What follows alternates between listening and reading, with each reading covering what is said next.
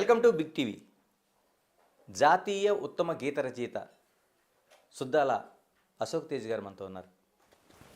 అశోక్ తేజ్ గారు, నమస్తే గణేష్. ముందుగా మీకు శుభాకాంక్షలు. ఎందుకంటే తెలంగాణ ప్రభుత్వ గౌరవాన్ని మీరు అందుకున్నారు. అవును. శుభాకాంక్షలు మీకు బిగ్ టీవీ తరపున. Thank you. సరే, ఇప్పుడు రేవంత్ సర్కారు కవులకి కళాకారులకి ఒక గౌరవ పురస్కారాన్ని అందించింది. అవును, ఎలాగ పురస్కారం ప్రకటించింది. అవును, అందించబోతుంది. ఏంటి, మీరు ఎలాగ స్పందిస్తారు? అంటే ఒక సుదీర్ఘ నిరీక్షణ తర్వాత ఊహించని సమయంలో ఊహించిన ఆనందం జరిగిందనమాట. ఊహించని సమయంలో ఊహించుకున్నటువంటి ఒక ఆనంద ఘట్టం నాకు ఎదురైంది. డెఫినెట్గా ఒక గుర్తింపు రావాల్సి ఉండే కదా నాకు. మనము అటు ఉద్యమ పరంగా గాను, ఇటు సినిమా పరంగా గాను, తెలంగాణ రాష్ట్ర పరంగా, తెలంగాణ రాష్ట్రంలో మొట్టమొదటి జాతీయ అవార్డు గ్రహీత నేనే సినిమాకి. అంటే నాకన్నా పూర్వ కవులు ఒక నారాయణ రెడ్డి గారికి జ్ఞానపీఠ అవార్డు రావచ్చు, దాశరథి గారు ఉన్నారు, కానీ వాళ్ళెవరికి జాతీయ అవార్డు రాలేదు సినిమా రంగంలో. కరెక్టే, సినిమా రంగంలో రాలేదు. వాళ్ళు మాకన్నా అగ్రగణ్యులు, చాలా పూజ్యులు, అద్భుతమైనటువంటి మేధాశక్తి సంపన్నులు వాళ్ళు. కానీ తెలంగాణ రాష్ట్రానికి సంబంధించి అనుకుంటే సినిమా రంగంలో శ్రీశ్రీకి, వేటూరికి నాకు వచ్చింది. నాకన్నా పూర్వం అయితే రాలేదు. సినిమా రంగంలో ఉన్న ఒక నారాయణ రెడ్డి గారికి కానీ, లేకపోతే దాశరథి గారికి కానీ, లేదా ఇంకెవరికి కానీ రాలేదు. నాకు వచ్చింది. అది ఎప్పుడు వచ్చింది? అది 22 years బ్యాక్ వచ్చింది. ఏదో ఈ మధ్యన అందుకున్నది కాదు. అవును, నేను సినిమా రంగంలోకి వచ్చిన 9 సంవత్సరాలకే I received president of India. నా అదృష్టం ఏంటంటే ఒక గొప్ప మహానుభావుడు రాష్ట్రపతి అబ్దుల్ కలాం గారు. అంటే ఆయనకు రాష్ట్రపతిగా ఎంత ఉన్నతమైనటువంటి స్థానం ఉందో, ఆ పీఠము కన్నా ముందు కూడా అంతే ఉన్నతుడు ఆయన. ఎగ్జాక్ట్లీ కదా. అవును. ఆ మహానుభావుడి చేత ఆయన ఒక స్వర్ణ సమయంలో నాకు అవార్డు రావడం అనేది ఎప్పటికీ నేను మర్చిపోలేను. So great. అప్పటి అవార్డు కన్నా తెలంగాణ రాష్ట్ర ప్రభుత్వం వచ్చిన 10 నెలల్లోనే ప్రకటించడం అనేది జాతీయ అవార్డు పొందినప్పటికన్నా 1000 ఎక్కువ ఆనందం అనిపించింది నాకు. సార్, మీకు అవార్డులు కొత్త కాదు. జాతీయ స్థాయిలో గీత రచయితగా అవార్డు పొందారు, మిగతా అనేక అవార్డులు మీరు తీసుకున్నారు. కానీ తెలంగాణలో మొట్టమొదటి జాతీయ అవార్డు తీసుకున్న ఆయన మీరు. ఎందుకంటే అంతకుముందు శ్రీశ్రీ కావచ్చు, లేకపోతే వేటూరి కావచ్చు, రాష్ట్ర విభజన తర్వాత ఆంధ్ర రాష్ట్రానికి చెందిన వాళ్ళు ఉంటారు. కానీ అంతకంటే జాతీయ అవార్డు కంటే ఆనందం మీరు మీ దగ్గర నుంచి కనిపిస్తోంది, మీరు వ్యక్తం చేస్తున్నారు. ఎందుకని? ప్రపంచంలో మనం గెలుపు అందుకోవచ్చు, ఢిల్లీలో గెలవచ్చు. ఢిల్లీకి రాజైనా తల్లికి బిడ్డ అంటారు కదా. ఢిల్లీలో నేను మెప్పులు పొందాను, నేను అవార్డు తీసుకున్నాను. కానీ తల్లి దగ్గర తీసుకోలేదు. తల్లి దగ్గర అంటే రాష్ట్రంలో, తెలంగాణ రాష్ట్రంలో తీసుకోలేదు. ఉమ్మడి ఆంధ్రప్రదేశ్ వచ్చినప్పుడు నాకు నంది అవార్డ్స్ వచ్చినాయి కావచ్చు. అవును. కానీ తెలంగాణ రాష్ట్రం ఏర్పడ్డ తర్వాత నేను తెలంగాణలో అవార్డు, ఒక ఉన్నతమైన అవార్డు తీసుకోలేదు. తల్లి దగ్గర నుండి అవార్డు తీసుకోలేదు, కానీ తెలంగాణ తల్లిని నిలబెట్టిన రోజున అవార్డు తీసుకోవడం జరిగింది. అందులో ఒక మా నాన్నగారితో పనిచేసిన ఒక బండి యాదగిరి అనే ఆయన కుటుంబానికి, అట్లాగే ప్రజాయుద్ధ నౌక గద్దరన్న వారసులకి, మరి మీరు జయరాజ్ కావచ్చు, అందస్త్రీ, తెలంగాణ రాష్ట్ర గీతాన్ని సమర్పించుకున్న అందస్త్రీకి, తమ్ముడు అందస్త్రీకి, ఈ వరుసలో ఒక సీనియర్, ఒక అద్భుతమైన నడుస్తున్నటువంటి విజ్ఞాన సర్వస్వం లాంటి పాశం యాదగిరికి 1969లో 360 మంది విద్యార్థులు ప్రాణత్యాగం చేసినప్పుడు తెలంగాణ రాష్ట్రం కోసమే, ఆ అమరుల గురించి ఒక అద్భుతమైన అమర స్తూపం రూపం చేసినటువంటి రూప నిర్మాణ శిల్పి, స్తూప శిల్పి యాదగిరిరావు గారికి ఇచ్చారు. ఆ క్రమంలో నన్ను కూడా ఎన్నిక చేసి నా సుదీర్ఘమైన సినీ రంగ సాహిత్య సేవ కావచ్చు, లేదా తెలంగాణ రాష్ట్రంలో కానీ ఉమ్మడి రాష్ట్రంలో కానీ నేను రాసిన ప్రజా గీతాలు కావచ్చు, ఇప్పుడు నేలమ్మ నేలమ్మ నేలమ్మ నీకు వేల వేల వందనాలమ్మ అన్న పాటలు కావచ్చు. రైతు మీద ఆకు పచ్చ చందామామ నువ్వెలే నీకు మచ్చ లేడాలేనే లేవులే మిన్నులున్న చందమామయ్య చేతిలో మహిమయేమున్నది మన్నుల నుండి అన్నము తీసే మహిమ నీకున్నది మెంటి చుక్కలలో వాడు చెమట చుక్కలలో నువ్వు. ఇవన్నీ నేను సినిమా రంగంలోకి రాకన్నా ముందు రాసినవి. ఇలాంటి ప్రజల హృదయాలలో ముద్ర వేసుకున్నటువంటి ప్రాచుర్యం పొందిన అనేక ప్రజా గీతాల వల్ల కావచ్చు, సినిమా రంగంలో నేను ఉసే రాములమ్మ నుండి త్రిబులార్ దాకా. త్రిబులార్లో నా పాట మీకు గుర్తుండి ఉంటుంది. కొమురం భీముడో కొమురం భీముడో. ఇలాంటి సినీ గీతాలకు ప్రజాగీతాలకు 30 ఏళ్ళుగా దాదాపు సినిమాలో 3000 పాటలు 2000 సినిమాలకి, ప్రజాగీతాలు ఒక 2000 రాసి ఉంటాను. ఇన్ని వేల పాటలు రాసిన నాకు ఒక మహాకవుల జాబితాలో నా పేరు ఎన్నిక చేసినందుకు నాకు ఈ ఆనందం, బహుళానందం, బహుజనానందం. విన్నారా? ఈ ఆనందాన్ని బహుశా నేను నా ఫేస్లో మీకు కనిపెడుతుంటుందేమో. ఎస్, మీరు అన్నట్లు అంటే ఒక రాష్ట్రంలో, అది తెలంగాణ కావచ్చు, ఎక్కడైనా కవులకి కళాకారులకి సత్కారాన్ని లేకపోతే గౌరవాన్ని ఇవ్వాల్సిన అవసరం ఏముందనే ప్రశ్నకి ఏం సమాధానం చెప్తారు? కలకంటి కంట నీరులిగిన తొలగిపోవు సిరులు అని ఒకటి ఉంటుంది. ఆ కలకంటి అంటే ఒక అమ్మాయి అని, ఆ లా బదులు వీ పెట్టినామనుకో, కవి కంట నీరులికిన తొలగిపోవు సిరులు అని నేను భావిస్తాను. ఏ రాష్ట్రంలో, ఏ భూమి మీద, ఏ దేశంలో, ఏ ప్రదేశంలో కవులను కళాకారులను గుర్తించబడతారో, ప్రేమించబడతారో, పూజించబడతారో, ఎత్ర నార్యంతు పూజ్యంతు రమంతే తత్ర దేవత అంటారు కదా. ఎత్ర నార్యంతు అన్న బదులు ఎత్ర కవి కళాకారుల యొక్క పూజ్య జరుగుతుందో, గౌరవం జరుగుతుందో, పూజ్య అంటే అది పాతకాలం నాటి మాట అది, బట్ ఎక్కడ గౌరవం దొరుకుతుందో అక్కడ సుభిక్షంగా ఉంటుంది అని నేను నమ్ముతాను. అలా గుర్తించినటువంటి కవులను బ్రహ్మాండంగా గుర్తించి తన యొక్క పట్టాభిషేకంలో, తన యొక్క పేరోలగంలో పెట్టుకున్న శ్రీకృష్ణదేవరాయుడికి అష్టదిగ్గజాలు పోషించినటువంటి భువన విజయ ప్రభువు అన్నారు. ఆ కాలంలో ఆయన రైతులకు సేవ చేసి ఉండొచ్చు, అనేక మందికి చేసింది కదా. అయినా కవులను పోషించినప్పుడు ఆయనకు ఆ పేరు వచ్చింది. అట్లాగే ఆంధ్రభోజనం దగ్గర 90 కవులు ఉండేవాళ్ళు, నవరత్నాలు. ఇప్పుడు కూడా నవరత్నాల్లాగా సప్తరత్నాలు, సప్తం అంటే 7, ఓకే 9 రత్నాలు, 9 నవరత్నాల్లాగా మమ్మల్ని 9ని ఎన్నిక చేసినటువంటి సాంఘిక ఆంధ్ర భోజుడు రేవంతుడు అని నేను భావిస్తున్నాను. ఆనందాన్ని వ్యక్తం చేస్తున్నాను. సంతోషం. సరే, ఇప్పుడు జయ జయ హే తెలంగాణ జననీ జయ కేతనం అందశ్రీ గారి పాకు, ఆయన ఒక వాగ్గేయకారుడిగా, అంటే తెలంగాణ ఉద్యమంలో అనేక రచనలు, అనేక పాటలు, వాగ్గేయకారులు ఈ తెలంగాణ ఆవిర్భావానికి ఎంతో చేశారు. అందులో ఇప్పుడు అందశ్రీది ఒకటి. కానీ ఆ గీతానికి తెలంగాణ గీతంగా ఇంతకాలం జాప్యం జరగడం బాధాకరమైన విషయమే కదా, చాలా బాధాకరమైన విషయం కదా. ఎందుకంటే మీకు ఐడియా ఉండి ఉంటుంది, ప్రతి స్కూల్లో జనగణమనతో వందే మాతరంతో సమానంగా పిల్లలు వాళ్ళంతలో వాళ్ళే పాడుకున్నారు. ఎవ్వరూ జీవో విడుదల చేయలేదు.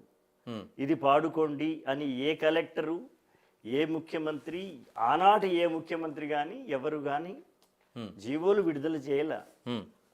స్వచ్ఛందంగా వాళ్ళుగానే నిర్ణయించుకొని తమకు తాముగానే ఒక శాసనంలా భావించుకొని ఆ యొక్క పాటని, అందశ్రీ తమ్ముడు రాసిన పాటని మనమందరం పాడుకున్నాము, విద్యార్థులు పాడుకున్నారు.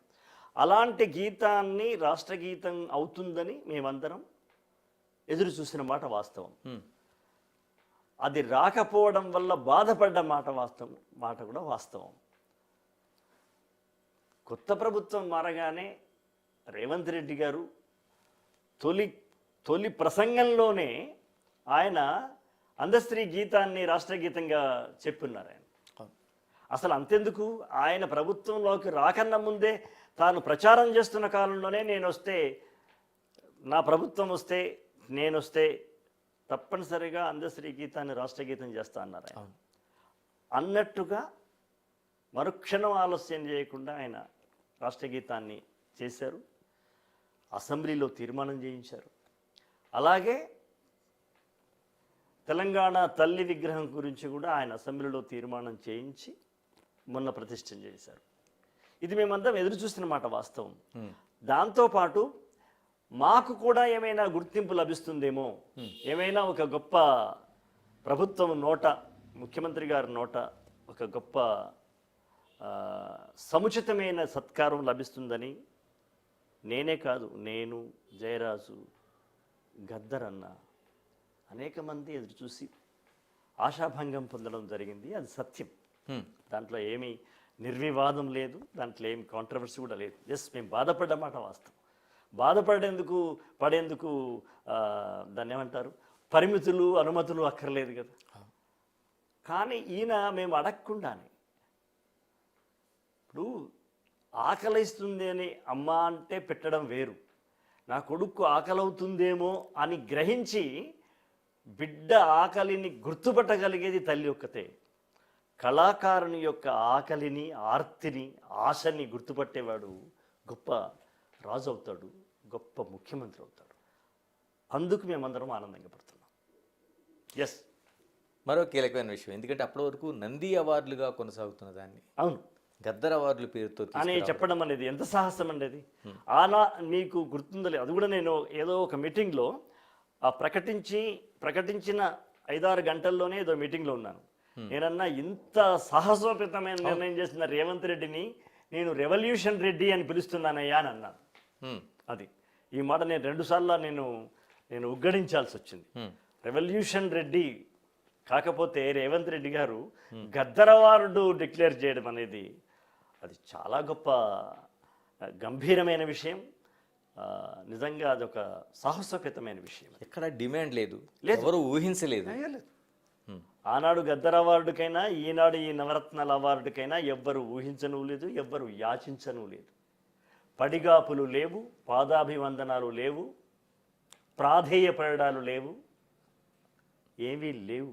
ఆత్మగౌరవానికి అసలు అంతకంటే ఎక్కడ ఏమీ డ్యామేజ్ ఏమీ లేవు అసలు. అవును, అలా అడగకుండానే ఇవ్వడం అనేది మాకు అధికానందానికి కూడా కారణమైంది. ఇగో ఇన్ని కారణాలు ఉన్నాయి. మీరు అన్నారు కదా ఎక్కువ ఆనందపడుతున్నారు. తెలంగాణ తల్లి విగ్రహం, అవును, మీ స్పందన చూస్తే అమ్మను చూసినట్లుగా ఉందన్నారు. అవును, ఎందుకంటే రేవంత్ కూడా ప్రతి తెలంగాణ బిడ్డ కూడా తన అమ్మను చూడాలని ఒక సంకల్పం మీకు కనిపిస్తుంది. అంతే కదా. జననీ జన్మభూమిచ్చ స్వర్గాదపి గరీయసి అంటారు కదా. అమ్మ కన్నా,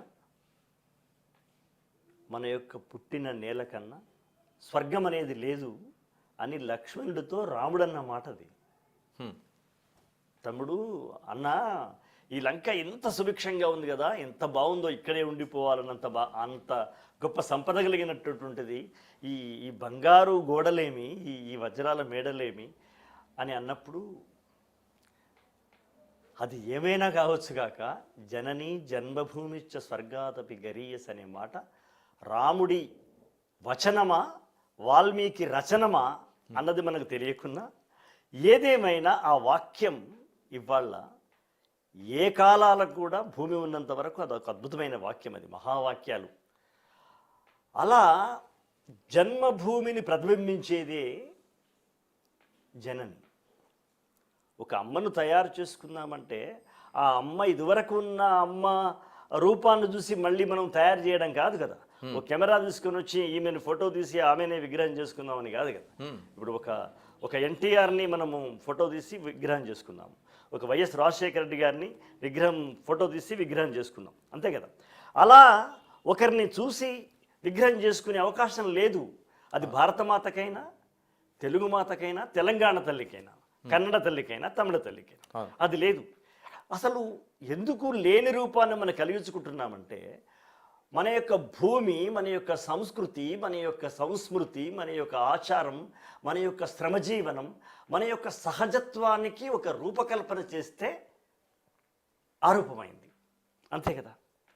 తెలంగాణ రాష్ట్రం యొక్క నిజమైనటువంటి స్వాభావిక లక్షణానికి ఒక మూర్తీభవనం చేస్తే, ఒక మూర్తి భవించేటట్టు చేస్తే, భావానికి ఇల్లు కట్టడం ఇక్కడ వస్తువుకి ఇల్లు కట్టడం కాదు, భావానికి రూపం కల్పించడమే అమ్మ రూపం కల్పించుకోవడం. ఏ భావానికి రూపం కల్పించుకోవాలి? వజ్ర కిరీట ధగధగలక, మట్టి గాజుల గలగలలక, పీతాంబర చీరలక, లేదు మామూలు నేత చీరక. దేనికి ఏ దానికి మనం రూపం ఇవ్వాలి? అప్పుడు మన భాష, మన యొక్క కల్చర్, మన యొక్క వ్యవసాయ ఆధార జీవన విధానం, ప్రధానంగా తెలంగాణ విపరీతమైన కష్టజీవుల యొక్క తెలంగాణ ఇది. ఇన్నిటికీ కలిసినటువంటి ఒక సమాహారమే తెలంగాణ తల్లి. ఈ తెలంగాణ తల్లిని చూడగానే నేను చెప్పాను, ముగురమ్మల గన్న మూలపుటమ్మ మురారులమ్మ చాలా పెద్దమ్మ నాకు కనిపించలేదు. అలాగని నేను ఇదివరకు అందరూ అనుకుంటున్నటువంటి తెలంగాణ తల్లిని నేను బాగలేదని మాత్రం నా నుంచి రాలేదు. ఎందుకు బాగలేదంటాము? విజయశాంతి తెలంగాణ తల్లి పెట్టినప్పుడు ఒక విగ్రహాన్ని చూపించారు, మీకు ఐడియా ఉండి ఉంటుంది. ఆ విగ్రహాన్ని చూపించినప్పుడు ఇది బాగుంది, తెలంగాణ ఒక పల్లెటూరు తల్లిలా ఉందనిపించింది. ఆ తర్వాత కిరీటం తల్లి వచ్చింది, ఇది కూడా బాగానే ఉంది, ఒక దేవతగా అనుకున్నాం. కానీ మొన్న రేవంత్ రెడ్డి గారి యొక్క పర్యవేక్షణలో, కొత్త ప్రభుత్వ పర్యవేక్షణలో తెలంగాణ తల్లి రూపకల్పన చేయడం అనేది, అతను రమణారెడ్డి గారు దానికి శిల్పరూపం ఇవ్వడం జరిగింది. ఇది చూసినప్పుడు నేనేమన్నాను, తెలంగాణ తల్లిని చూస్తే ముగురమ్మల గమ్మ గుర్తు రాలేదు, నన్ను గన్న అమ్మ గుర్తుకొచ్చింది, మా అమ్మ గుర్తుకొచ్చింది, మా అక్క గుర్తుకొచ్చింది. పల్లెటూర్లలో ఉండే సహజమైనటువంటి రైతు వనితలు ఉంటారే, దిగువ మధ్యతరగతి చెందిన రైతు మహిళలు ఉంటారు, ఆ మహిళ కనిపించింది. టోటల్గా మా అమ్మ కాదు, తెలంగాణ నేలమ్మ కనిపించింది అని చెప్పాను. ఎక్కడా వివాదాంశం లేదు ఇక్కడ. ఇది ఒక కవిగా నా స్పందన, ఒక కవిగా నేను స్పందిస్తున్నాను, నాకు బాగా నచ్చింది. అంటే దీన్ని కూడా తప్పుబట్టే వారికి అంటే అది వాళ్ళ అభిప్రాయం, వాళ్ళ మనోగతం వేరు. ఇప్పుడు ఏనుగును చూసి కళ్ళు లేనివాడు ఏనుగును చూసి కాలు చూసి ఏనుగు లావుగా ఉంది అంటాడు. ఏనుగు ఎలా ఉంది అంటే స్తంభం ఆకారంలో ఉంది అంటాడు. తోక చూసిన వాడు ఏనుగు ఎలా ఉందంటే ఏదో కుచ్చులాగా ఉందంటాడు. కుచ్చులాగా ఉందనడం అనేది తప్పు పట్టడం కాదు, తనకు తెలిసింది అది. కాబట్టి మనము భావ ప్రకటన స్వేచ్ఛకు మనం అందరం దాన్ని అంగీకరించుదాం. మీకు నచ్చే విధానం వేరు. నాకు ఎన్టీ రామారావు గారు రాముడి వేషం నచ్చుద్ది, నాకు ఈలపాట రఘురామయ్య గారి యొక్క రాముని విగ్రహం మీకు నచ్చుద్ది. ఈలపాట రఘురామయ్య యొక్క విగ్రహం కరెక్ట్గా లేదు, ఆ వేషం కరెక్ట్గా లేదు అనడానికి నేనెవరిని? అది గణేష్ అభిప్రాయం, అంతే. ఇది అశోక్ తేజ అభిప్రాయం. అశోక్ తేజకు ఈ తెలంగాణ తల్లి నచ్చింది అనేది నేను కోరుకుంటున్నాను. ఇలా మరొక కీలక అంశంగా మనం మాట్లాడుకుంటే, అటు శ్రీశ్రీ, సుద్దాల హనుమంతు గారు, ఇలాంటి మహాకవులు నడిచొచ్చిన నేలలో ఇప్పటివరకు అనేక మంది వాగ్గేయకారులు కావచ్చు, కవులు కూడా ఉన్నారు. అయితే ప్రభుత్వాలు ప్రజా కవులని, అంటే అది విమర్శ వచ్చేటప్పుడు లేకపోతే ప్రజల కోసం ఆలోచించేటప్పుడు ఎందుకు వ్యతిరేకులుగా చూడాల్సిన అవసరం ఉంది? అది రాజ్య అధికార పీఠ లక్షణం. అది ప్రశ్నను అంగీకరించడం అనేది ఒక గొప్ప లక్షణం. అది ప్రభువులకైనా ప్రభుత్వానికైనా ఎవరికైనా ప్రశ్నను స్వీకరించాలి, సందేహాన్ని నివృత్తి చేయాలి, ప్రశ్నకు సమాధానం చెప్పాలి. ప్రశ్నలు లేని కాలం అంటూ ఉండదు. గోపీచంద్ అని ఒక రైటర్ ఉన్నాడు, వాళ్ళ నాన్న త్రిపురనేని రామస్వామి చౌదరి. ఆయన పండిత పరమేశ్వర వేలునామా అని ఒక పుస్తకం రాసినాడు. ఎవరు? కొడుకు గోపీచంద్. ఆ గోపీచంద్ పుస్తకం మొదట్లో ఒక పేజీ మీద ఒకటి రాస్తాడు. ఆ పుస్తకం ఎవరికి అంకితం చేస్తున్నానని ఏం రాస్తాడంటే, ఎందుకు అనే ప్రశ్న నేర్పినందుకు ఈ పుస్తకాన్ని మా నాన్నకు అంకితం చేస్తున్నాను అన్నాడు. గొప్ప వాక్యం, గొప్ప విషయం కదా. ప్రశ్నను మనం ప్రశ్న పైన చిరునవ్వులు సంధించాలి తప్ప మరఫిరంగులు సంధించొద్దు. దరహాసం సంధించాలి ప్రశ్న మీద. మీరు ఒక ప్రశ్న మీకు చెప్తాను నేను. ఒకసారి నెహ్రూ గారి కాలంలో శంకర్ అనే ఒక కార్టూనిస్ట్ ఉండేవాడు. ఒకసారి మున్సిపాలిటీ సంబంధించిన వ్యవహారాల్లో నెహ్రూ గారు ఏదో మాట్లాడితే తెల్లవారి కార్టూన్ ఏం చేశాడంటే పంది ఆకారంలో నెహ్రూ తలబెట్టేసి బొమ్మ గీసినాడు. చాలామంది అగ్రహోదగ్రులైనారు. నెహ్రూ కార్టూన్ని నువ్వు పంది వేషానికి తన యొక్క ముఖాన్ని పెడతావా అని. అందరూ అతన్ని చీల్చి చెండాడాలి అని అంటున్నప్పుడు నెహ్రూ చిరునవ్వి, అది ఆయన భావ ప్రకటన స్వేచ్ఛ హక్కు. ఇది ఆంగ్లేయుల పరిపాలనలో లేదు, భారతీయుల పరిపాలనలో ఉంది. ఆయన తన యొక్క అభిప్రాయాన్ని కార్టూనిస్ట్గా అలా వ్యక్తం చేశాడు. అయితే చిరునవ్వుతో స్వీకరించు, లేకుంటే దానికి తగినటువంటి సమాధానం నువ్వు తెల్లారి వేస్తే దానికి కూడా మళ్ళీ బొమ్మకిస్తాడేమో అంటాడనమాట నెహ్రూ గారు. మీరు నేలమ్మ నేలమ్మ అన్న ఒకటే జననం ఒకటే మరణం అని చెప్పిన అన్నది అణువున ఉంటుంది. అంటే అంటే సుద్దాల హనుమంతు గారు వారసుడిగా అది పుణికిపుచ్చుకున్నారా? తప్పనిసరిగా. మొట్టమొదలు నేను పాట ఇంట్లో పుట్టాను. నేను పాట సుద్దాల హనుమంతు, సుద్దాల జానకమ్మ మా అమ్మ నాన్న.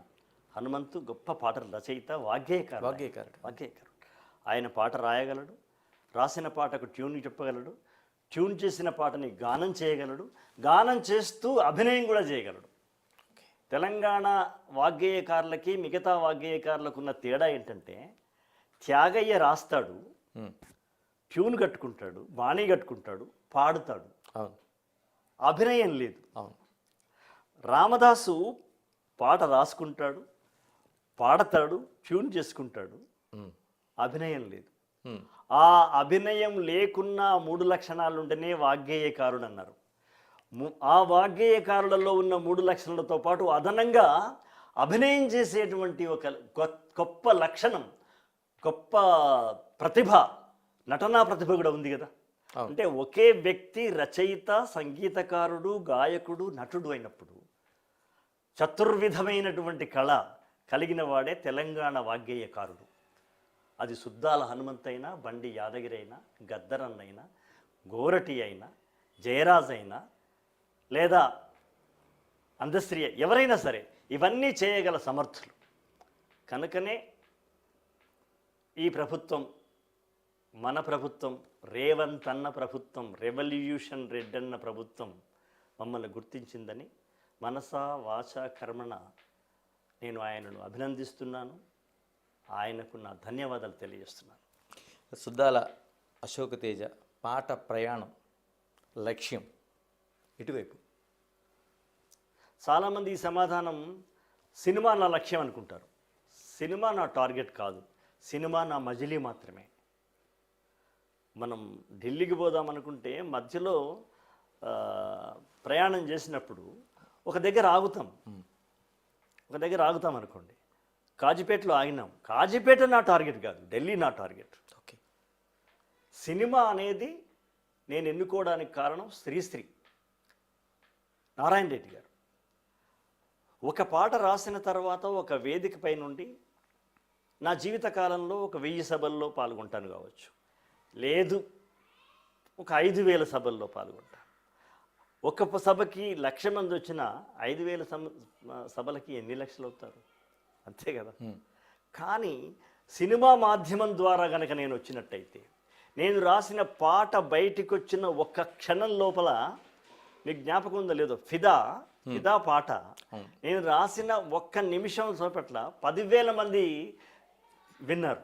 అంటే కొన్ని లక్షల మంది, కొన్ని కోట్ల మంది చిటిక వేసినంత సమయం లోపల మొత్తం నలుమూలల చుట్టి వచ్చేటువంటి వేగవంతమైన అద్భుతవంతమైనటువంటి కళ సినిమా మాధ్యమం. అందుకే నేను సినిమా పాటల్లోకి వచ్చాను. నా పాట ప్రజల్లోకి అతి వేగంగా దూసుకుపోవాలని సినిమా రచయితని అయినాను. కానీ సినిమా అనేదే నా లక్ష్యం కాదు.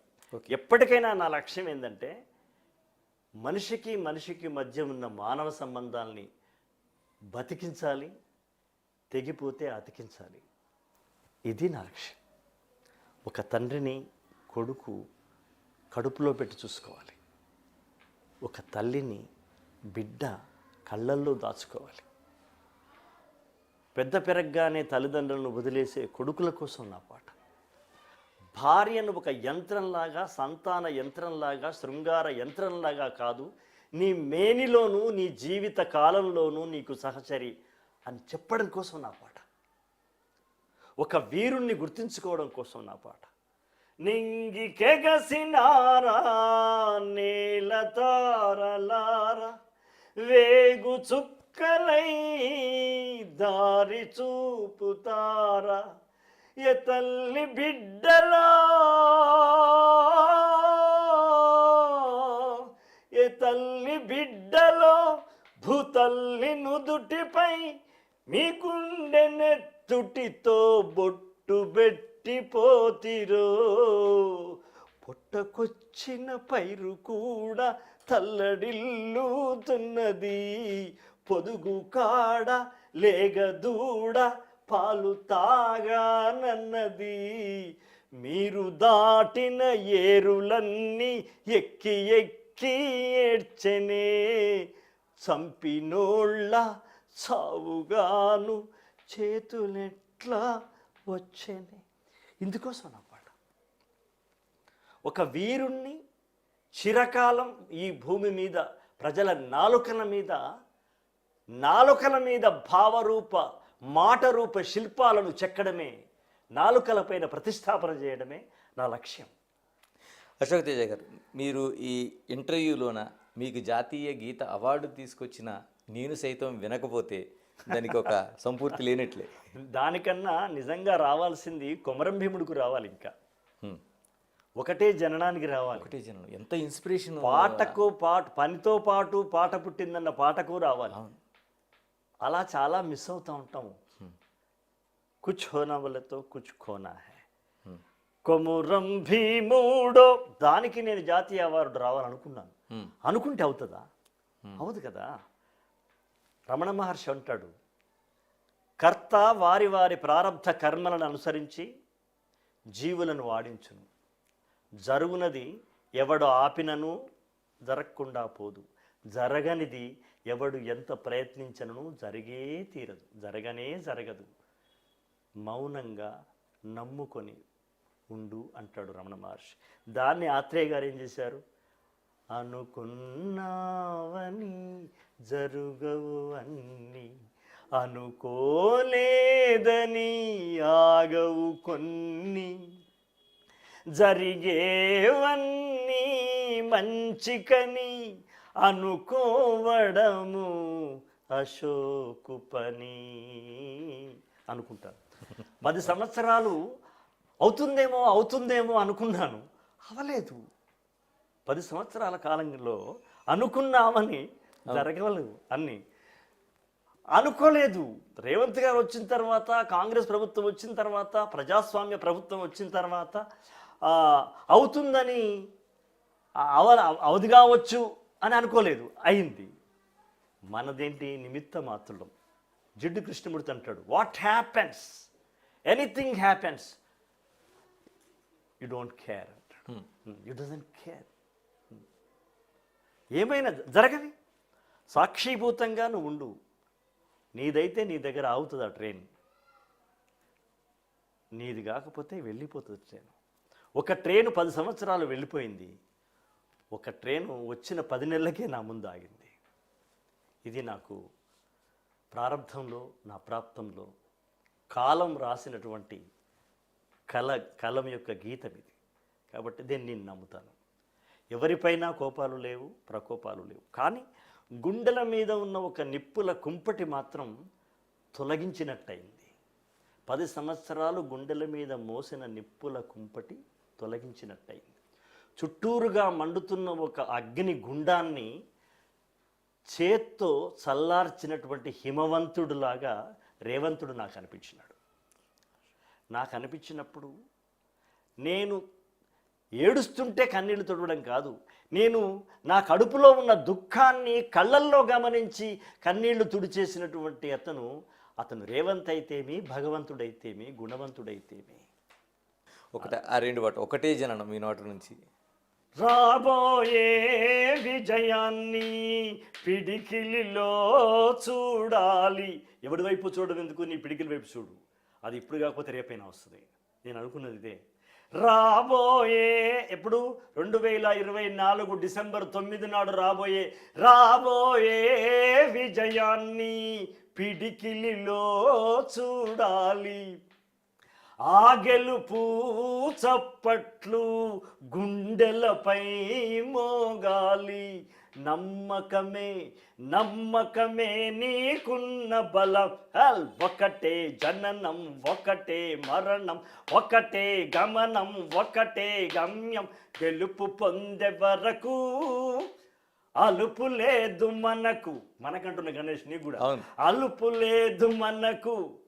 బ్రతుకు అంటే గెలుపు కొరకే బ్రతుకు అంటేనే చావకు అని అర్థం. బతుకవయ్యా అంటే బతకరా పచ్చగా అంటారు కదా. బతకమంటేనే చావొద్దని, బతుకు అంటే చావకు అని అర్థం. ఇంత గొప్ప మాట చెప్పారు చూడండి. జీవితాన్ని బతుకు అని చెప్పిన వాడు ఒక మామూలు సాధారణ పౌరుడు. అమరకోశాలు, వ్యాకరణాలు, పాండిత్యాలు, ప్రబంధాలు, పురాణాలు చదివిన వాడు పెట్టిన మాట కాదు. వాడు జీవనము అన్నాడు, జీవితము అన్నాడు, జిందగీ అన్నాడు ఇంకొక ఉర్దూ మహాకవి. కానీ పేదోడు మెతుకులు లేనివాడన్న మాట బతుకు అని. బతుకు అంటేనే దాని అర్థం మనకు ధ్వనిస్తుంది చావకు అని. కడుపులో ఉన్న 9 నెలలు మనకు అమ్మనే అన్ని చూసుకుంది. బయటకు రాగానే ఏడ్చాడు. ఎందుకు? అది ఏడవడం కాదు, ఈ లోకం మీద గెలుస్తున్నాననేటువంటి ఒక గెలుపు ధ్వని, అది ఏడుపు. శిశువు ఏడవడం అంటే ఈ వాతావరణాన్ని, ఈ కాలుష్యాన్ని, ఈ యొక్క గందరగోళాన్ని, ఈ ఆక్సిజన్ తీసుకోవడాన్ని, వీటికి నేను అలవాటు పడుతున్నానని చెప్పేటువంటి ఒక సంజ్ఞ, ఒక సైగ, ఒక ప్రతిజ్ఞ. అది అమ్మకు చెప్పేదనమాట. అమ్మ, ఇప్పటిదాకా నీ దగ్గర ఉన్నాను, అన్నీ నువ్వే చేసినావు నా బదులు, బట్ ఇప్పటి నుంచి అన్నీ నేనే చేసుకుంటున్నానమ్మా, నేను గెలుస్తున్నానన్నటువంటి బిడ్డని పిడికిళ్లతో పుట్టించినటువంటి అమ్మ కాబట్టే ఏ కొడుకైనా పిడికిళ్ళతో పుడతాడు. పిడికిళ్ళ మీద నిలబెట్టిన తెలంగాణ తల్లి ఎవరివా పిడికిళ్ళు? తన్ను తాను దహనం చేసుకున్నటువంటి ఒక శ్రీకాంత్ పిడికిలి. 1200 మంది ఆహుతులైన అమరవీరుల పిడికిళ్ళ మీద రాష్ట్రం కోసం గొంతెత్తి జీవితాల్ని, జీతాల్ని, ఉద్యోగాల్ని, సమయాన్ని వృధా చేసుకున్నటువంటి వాళ్ళ మీద, వాళ్ళ పిడికిళ్ళే వేదికగా, పిడికిళ్ళే కుదుళ్ళుగా, పిడికిళ్ళే వేదికగా, పునాదిగా నిలబెట్టినటువంటి ఒక మామూలు మనుషుల అమ్మ తెలంగాణ నేలమ్మ. Hats off to government, hats off to Revanth sir.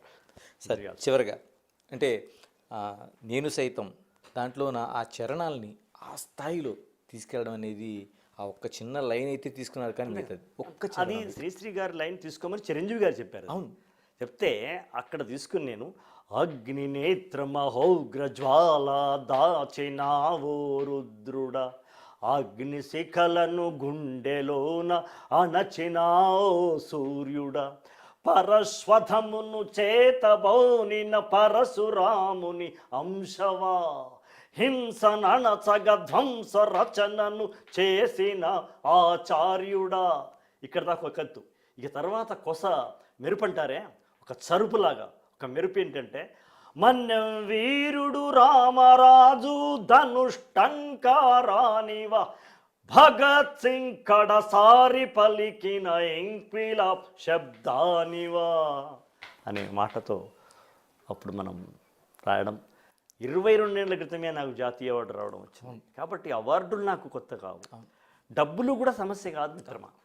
₹1 కోటి అందరికి ఇస్తున్నారు, నాకు ఇస్తారు. 300 గజాల ప్లేస్ అందరికి ఇస్తారు, తామ్రపత్రాలు అందరు. ఇవి కావు. ఏది ముఖ్యం? డబ్బు, భూమి కాదు. ఇక్కడ గుర్తింపు అనేది ముఖ్యం. పిల్లవాడు 3 నెలల పిల్లవాడు కూడా ఆకలి తీర్చినా కూడా మళ్ళీ ఏడుస్తాడు ఒకసారి. ఎందుకు? కడుపు నిండలేదని కాదు, నన్ను ఎత్తుకోవట్లేదని. ఎత్తుకోవడం అంటేనే గుర్తింపు. గుర్తింపు కావాలని 3 నెలల పసిబిడ్డ కోరుకున్నప్పుడు మేము ఒక 50 ఏళ్ళ 60 ఏళ్ళ మేము పసిబిడ్డలం కాకుండా మేము ఒక రసికత కలిగినటువంటి రసజ్ఞులైనటువంటి ప్రేక్షకులను అలరించే, ప్రజల్ని కదిలించే, మునుముందుకు కదిలించే, పెనునిద్దుర వదిలించే, నవకవనం లిఖించే రచయితలము, కవులము, గాయకులం కదా. అందుకే మేము అది కోరుకున్నాం. చివరిగా నేను సైతం ప్రపంచాగ్నికి సమిధనొక్కటే ఆహుతిచ్చాను.